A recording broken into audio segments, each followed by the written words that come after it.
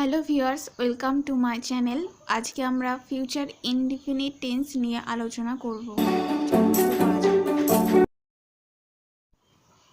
ভবিষ্যৎকালে কোনো কাজ হবে বোঝালে ফিউচার ইনডিফিনিট টেন্স হয়।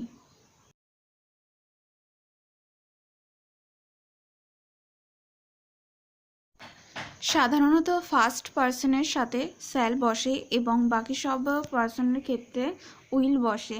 তাছাড়াও মডার্ন ইংলিশ বলার জন্য উইলের ব্যবহার করে থাকি সব পার্সনের সাথেই। আমি ভাত খাবো, আই শ্যাল ইট রাইস। আমি ভাত খাবই, আই উইল ইট রাইস। এখানে উইল বসেছে কারণ আমি ভাত খাবই এখানে জোর দিয়ে বলা হয়েছে।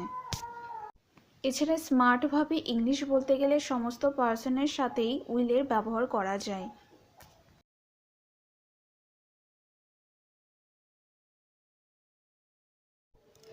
রাজু যাবে, রাজু উইল গো। রাজু যাবে না, নাবাচকে বললে রাজু যাবে না হবে Raju will not go. Raju কি যাবে? Will Raju go. প্রশ্নবোধকে উইল রাজু গো হবে।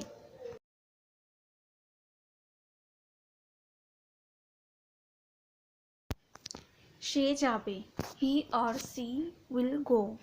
সে যাবে না, he or she will not go. সে কি যাবে? Will he or she go. এখানে ভার্বের প্রেজেন্ট ফর্ম, ফিউচার ইনডিফিনিট টেন্সে ভার্বের প্রেজেন্ট ফর্ম ব্যবহৃত হবে।